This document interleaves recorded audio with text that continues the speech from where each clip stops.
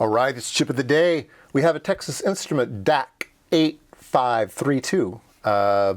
So it's a D to A converter. It's dual channel, 16-bit. That's kind of cool. So you get two in one package. So it's an A output and a B output. You can write to them separately. So you can have two signals, 16-bit each. Not less than a lot these days, but that's okay. Low power serial input. It's not I2C. Would have been nice if it was I2C. It's SPI or however you would like to do your serial clocking. But yeah, see, it's got two complete DACs. It's got this A DAC and it's got a B DAC. And also has some power down control logic, resistor network, blah, blah, blah, blah. 24-bit serial to parallel shifts. So you send it 24 bits at a time. Here's the little package, little 8-pin package. So here's the two output pins. Here's VCC and then some VREF. I just have. I'm going to show you a breadboard here. I'm just using 5 volts as the VREF, and then it's got clock data and chip select. That's basically what these are. D in, S clock, and sync. But they're basically, yeah. 5 volts part. You can operate it down to 2.7 volts. So 2.7 to 5.5.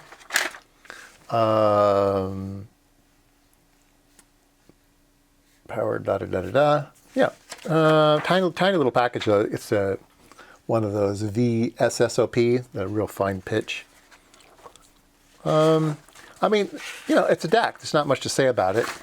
We're going to have to write some code or AI is going to have to write some code to do 24 bits. We're going to send it some data. Let's see here if we can see what kind of data we sent. I didn't even look because AI just does it for me. Lazy, lazy, lazy. 24 bits. Okay, here they are. Here is the whole 24 bits. We have 16. So D0 through D15 is the 16 bits of data. Then we have PD0, PD1, which is probably what you want to talk to A or B. Buffer select. Load A. Oh, load A or load B. Okay, so this is load A DAC or load B DAC. It's always 00 at the end. Buffer select controls the destination of the power of the data or power down command. Okay, so you can talk to different registers using which buffer you want to talk to. Anyway, that is the string you need to send. Yeah, let's go take a look. All right. Circuit's kind of confusing me. I have a little program here that AI wrote me, and it outputs. Well, let me show you. It outputs a chip select, a data, and a clock. Right. So clock and data, and then a chip select. So there you go. So everything looks great, and everybody goes 0 to 5 volts. Right. So everything is, as they say, hunky-dory. So let me disconnect 5 volts. Let me plug in the part. All right. So I'm going to plug in the part. And let's turn it on. And everything's tiny now. Everything's super tiny. It's like something is shorted out. I don't understand. I don't understand. Something's wrong. Something's definitely wrong. Let me check my board, see if there's a solder jumper or something.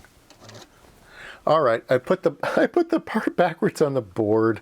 Pin 1 is now pin 5. So it's either going to be destroyed or it will start to work magically. Let's plug it in and see if it starts to work magically. Oh, that's a good sign. That is a good sign. All right.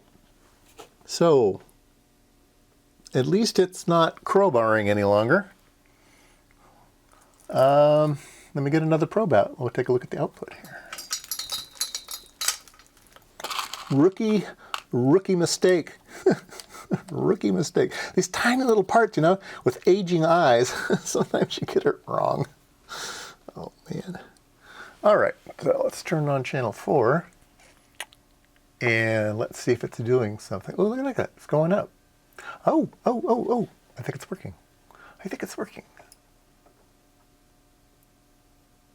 Okay, let's zoom way out.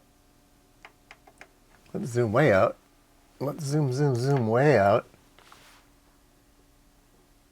I think it's going up. Yeah, see? The blue trace going up and up and up and up, and now it goes back down again. Up and up and up. Oh, wait a minute. I need to go the other way. I'm being a doofus. Wait a minute. Yeah, that's right. Going the right way. Going the right way. No, I was right. I was right the first time. I was right the first time. There we go. Step, step, step. Ah, it works. Step, step, step. All right. Chip of the day prevails. What did I say? Chip of the day prevails. Chip of the Dale? Chip of the Dale prevails. Chip of the day prevails. Sometimes these things, you know, you whip a chip of the day out in one day. Anyway, Go AI, right?